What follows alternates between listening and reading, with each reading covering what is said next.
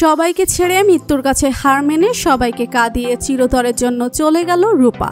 হ্যাঁ বন্ধুরা, আমরা এমনটাই দেখতে পাবো অনুরাগের ছোঁয়ার আগামী পর্বগুলোতে। বিস্তারিত জানতে ভিডিওটি না টেনে শেষ পর্যন্ত দেখতে থাকুন। দীপা আর অর্জুন তাদের সর্বোচ্চটা দিয়ে চেষ্টা করে রূপাকে সুস্থ করে তোলার জন্য। সকল কিছুকে বিসর্জন দিয়ে মৃত্যুর কাছে হার মানে রূপা। রূপার অপারেশনের জন্য তার নিজের শরীরের রক্ত বিক্রি করে টাকা জোগাড় করে। অন্যদিকে অর্জুন ডাক্তার স্মিথের সাথে রূপার অপারেশনের সকল ব্যবস্থা করে।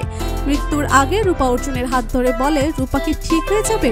অর্জুন তখন বলে, তুমি অবশ্যই ভালো হয়ে যাবে। তুমি আগের মতো খেলবে, আগের মতো দৌড়াবে, আগের মতো ফাঁকা ফাঁকা কথা বলবে।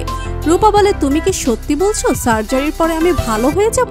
অর্জুন বলে, হ্যাঁ, আমার কোনো সন্দেহ নেই যে তুমি ভালো হয়ে যাবে। তারপর রূপা বলে, রূপার মাথার টিউমারটা কি টিউমার নাকি ক্যান্সার? তুমি আমাকে সত্যি সত্যি বলো। অর্জুন, আমি তোমার ফোন থেকে সবকিছু জেনে গেছি। আমাকে বলো, আমি কি এখনো মরে যেতে পারি? তাহলে তুমি আমাকে কথা দাও, তুমি রূপার মাকে বিয়ে করবে, সবার খেয়াল রাখবে, সবাইকে ভালোবাসবে। তখন অর্জুন বলে, হ্যাঁ বাবা, আমি সবাইকে ভালো রাখবো।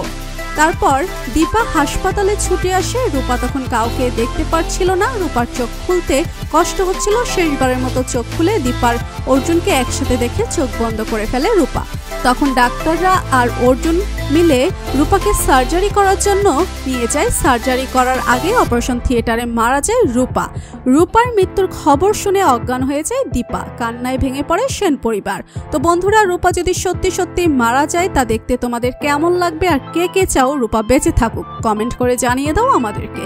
আপনারা যদি আমাদের চ্যানেলে নতুন হয়ে থাকেন তাহলে চ্যানেলটি সাবস্ক্রাইব করে বেল আইকনে ক্লিক করে রাখুন, যেন অনুরাগের ছোঁয়ার যে কোনো নতুন আপডেট সবার আগে পৌঁছে যায় আপনার কাছে। ধন্যবাদ সবাইকে।